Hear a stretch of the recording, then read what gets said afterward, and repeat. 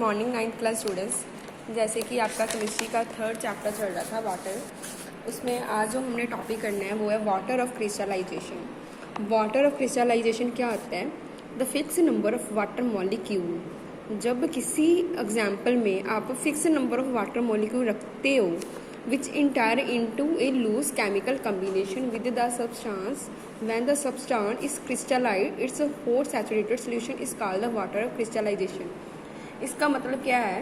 जैसे मान लो मैंने पानी में चीनी को डाला, ठीक है, वो चीनी का पानी ठंडा होने के बाद आपको एक क्रिस्टल मिल जाएगा ना, और वो वाटर लूज हो जाएगा ना, तो उस प्रोसेस को क्या बोलते हैं? वाटर ऑफ क्रिस्टलाइजेशन बोलते हैं।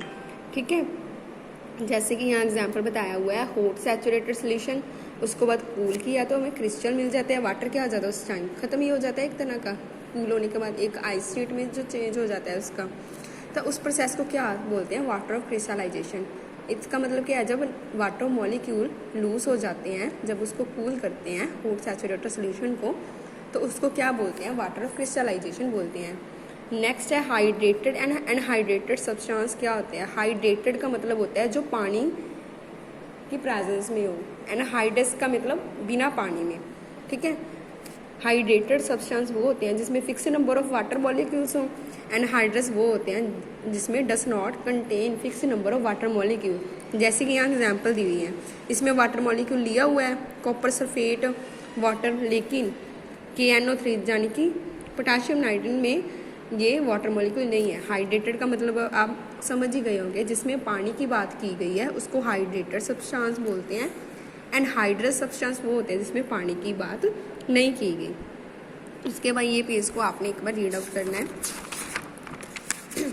नेक्स्ट पेज, एफरसेंस एंड डेलिक्वेंसेंस सब्सटेंस क्या होते हैं? एफरसेंस का मतलब क्या होता है? जब आप लैब में जाते हो, मैं आपको कोई भी साल्ट देती हूँ, आप जब उस साल्ट में कोई भी एसिड डालते हो तो एकदम से जो धुआं निकलता है ना, उस प्रोसेस को क्या बोलते हैं? एफरसेंस सब्सटेंस बोलते हैं।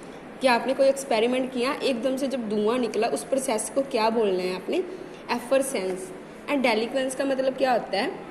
जब आप किसी चीज़ को एटमॉस्फेयर जिसमें ऑक्सीजन प्रेजेंट होती है, जैसे एयर ले लो, ठीक है, जब किसी चीज़ को आप एटमॉस्फेयर में रखते हो तो वो क्या करता है? ऑब्जर्व द मॉइस्चर, नमी को ऑब्जर्व कर लेता है, तो उस चीज़ को हम क्या बोलते हैं?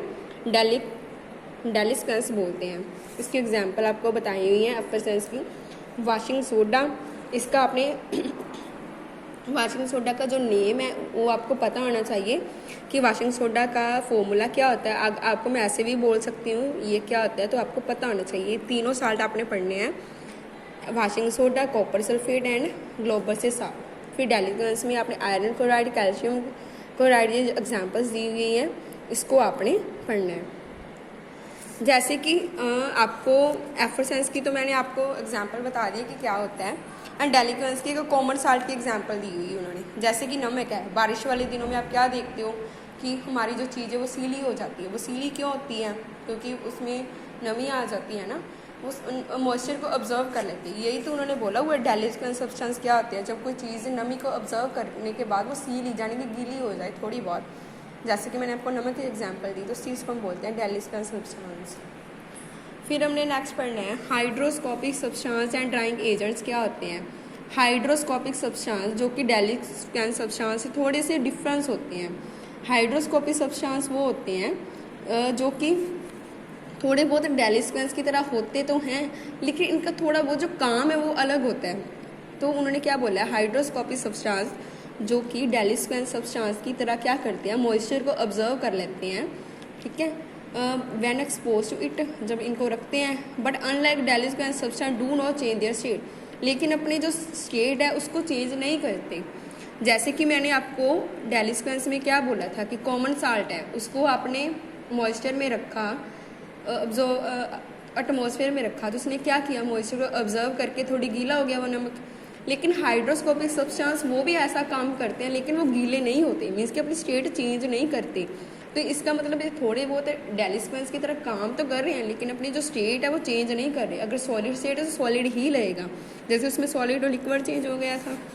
फिर नेक्स्ट हम पढ़ते हैं ड्राइंग एंड डिहाइड्रेटिंग एजेंट्स कौन से होते हैं।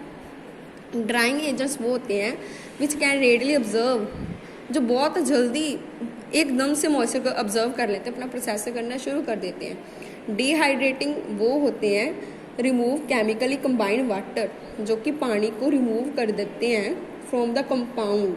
ठीक है, उसके बाद यहाँ एक एग्जांपल लेकर यहाँ बताया है, जस्ट आपने इसको रीड आउट करना है इसको समझने के लिए। फिर नेक्स्ट हमने पढ़ना है hard water and soft water क्या होता है। ठीक है, उसके बाद depending on the action of the soap on the water, जो नेचुरल वाटर है वो दो तरह का हो सकता है, hard water and soft water. Hard water कौन सा होता है? हार्ड वाटर वो होता है विच डस नॉट लेदर, लेदर का मतलब जिसका झाग बोलते हो, जाग नहीं जल्दी बना देता, उस चीज़ को हम क्या बोलते हैं? जो पानी जल्दी जाग नहीं बनाता उस चीज़ को लेदर का मतलब जाग होता है। सॉप के साथ उस चीज़ को हम क्या बोलते हैं? जिसको वेस्ट सोप भी बोल देते हैं। ठीक है, हार्ड वाटर बोलते हैं वो वाला पानी जो लेदर जल्दी नहीं बनाता, उस चीज़ को हम हार्ड वाटर कहते हैं। Water is set to soft, उसको सॉफ्ट तब बोला जाता है जब वो जाग सोप के साथ साबुन के साथ जल्दी बना देते हैं। जैसे कि सॉफ्ट वाटर में आप एग्जांपल ले सकते हो rain water and distilled water.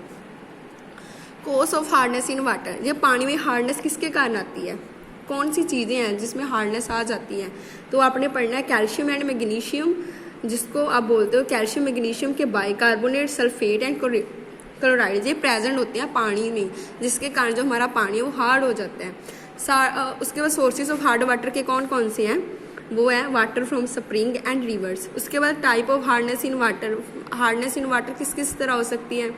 Temporary hard water, temporary hard water होती है जो थोड़ी समय के लिए हम कोई पानी है जो हार्ड है उसको रिमूव करा जा सकता है थोड़ा सा बॉयल करके, तो उस चीज़ को टेम्परेरी बोलते हैं। ये टेम्परेरी हार्डनेस आती क्यों है? मीन्स कि ये वाली जो चीज़ें हैं कैल्शियम बाइकार्बोनेट, ये आते कहाँ से हैं? Due to the presence of, जो आपको ये बाइकार्बोनेट है वो यहाँ फॉर्मूले की तरह बताए हुए हैं, तो आप इस चीज़ को यहाँ से अंडरस्टैंड कर सकते हो।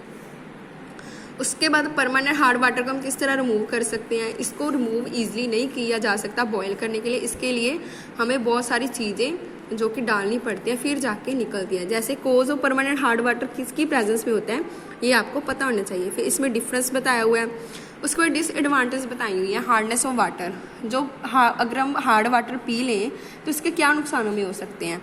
ये जो हार्ड वाटर है इस unfit for laundries, unsafe for drinking, not suitable for preparing solution. इससे जो हमारा जो काम अच्छी तरह नहीं होता, पहली बात तो इससे हमारी जो लेदर ही नहीं अच्छी तरह बनती, तो फिर काम कैसे अच्छी तरह, बहुत सारे काम हमारे रुक ही जाते हैं ना, बहुत सारी जो चीज़ें इसमें, इसीलिए इसको नहीं यूज़ किया जाता। उसके बाद hard and soft water, removal of hardness, इसको वाटर को किस तरह रिमूव किया जाता है?